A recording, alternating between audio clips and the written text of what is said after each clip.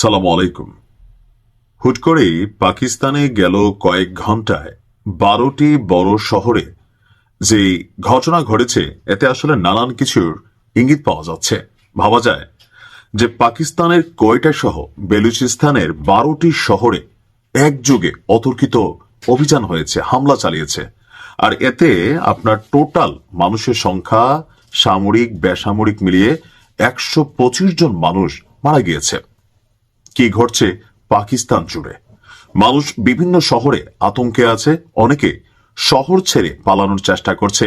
আরো বড় কিছু কি ঘটতে যাচ্ছে, বা এই ঘটনাগুলোর পেছনে আসলে কারা? পাকিস্তানে যখনই কোনো ঘটনা ঘটে বেলুচিস্তানের নাম উঠে আসে।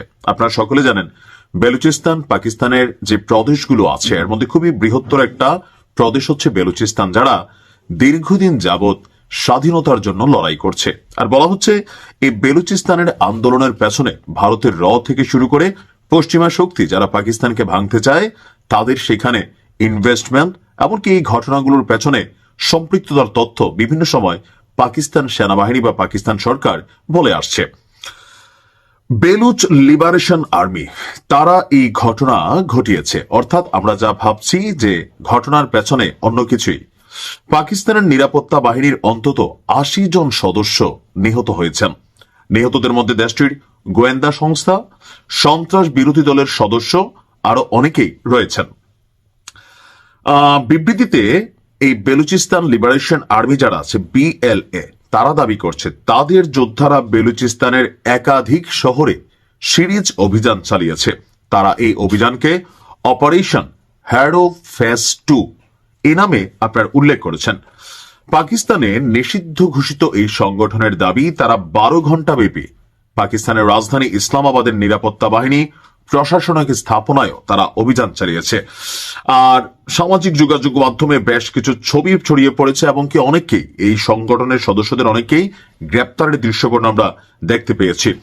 এই সংগঠনটির যে মুখপাত্র আছে জিয়াদ বেলুজ, তার বক্তব্য কোয়েটা, নস্কি, মাসতুম, দালবান্দিন, কালাত, খারান, পাঞ্চুগুর, গোয়াদার, পানশি, তুরবাত, তুম, বুলেদা, ম্যাঙ্গুচর, লাসবেস, কেচ এবং আওরানে একযোগে তারা এই অভিযান চালিয়েছে।